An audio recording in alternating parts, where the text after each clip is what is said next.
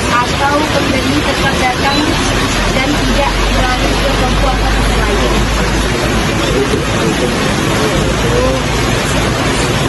Dengan strategi saya untuk pelanggan dan yang pertama kita harus menjaga kualitasnya dari barang tersebut. Contohnya saya inginkan usahanya telur, kaca, kunarnya dan sebagainya. Dan biasanya yang pertama kalau menjaga konsumen supaya tidak lain kemana-mana itu mereka menjadi yang terbaik harus menjaga kualitasnya. Telur harus dijaga kualitasnya. Yang pertama kebersihannya, terus tempatnya juga supaya tempat juga itu kelihatan elegan dan enak untuk dipandang Kedua, apa yang menjadi tantangan kesulitan Bapak? Oke, mengenai tantangan ini sebenarnya kita tidak bisa memastikan. Tantangan ini ibaratnya itu seperti rezeki. Tantangan untuk kedepannya, tantangan untuk sekarang. Kita ambil contoh. Tantangannya pada hari ini dari pagi sampai sore, alhamdulillah tantangannya yang pertama ya kan kita mengeluarkan keringat untuk kita berusaha semaksimal mungkin demi menjaga kualitas di toko ini. Yang selanjutnya, apakah Bapak merasa terancam dengan maraknya pasar online? Kalau masalah terancamnya ya, kalau masalah terancam bagi saya pribadi itu tidak dikatakan terancam. Karena kenapa? Kalau bagi saya ya kan, kayak sistem COD gitu ya. Kalau sistem COD itu bagi saya itu sangat meringankan bagi semua manusia atau semua pihak ataupun satu pihak. Contohnya di saat saya membutuhkan sesuatu di luar sana, contohnya ya kan, saya tidak bisa memberikan waktu atau tidak bisa pergi ke tempat yang saya inginkan, maka jalan satu-satunya yang tadi itu kita harus memesan dengan secara online. Maka bagi saya seperti itu tidak bisa dikatakan terancam. Bagi saya tidak, tetapi bahasa seperti itu bagi saya sangat menyenangkan dan sangat meringankan bagi saya. Pertanyaan selanjutnya, apakah usaha Bapak saat ini ramai atau sepi? Kenapa?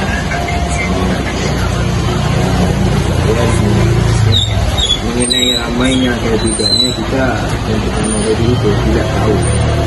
Alhamdulillah pada saat hari ini di toko tempat saya alhamdulillah aman. Terus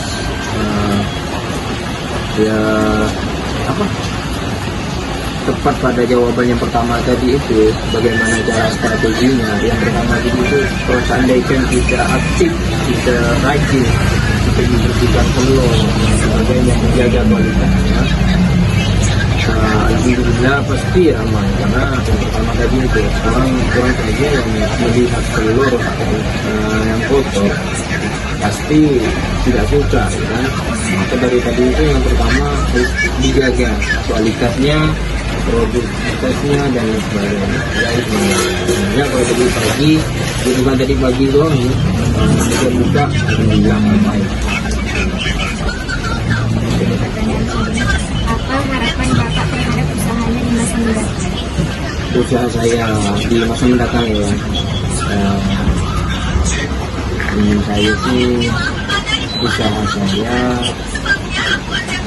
semoga diberikan kelancaran, terus kemudahan, terus diberikan kesemangatan dalam menjemput rezeki dari Tuhan Yang Maha Esa. Terus yang kedua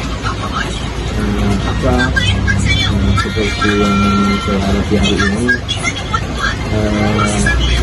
bisnis sekarang ini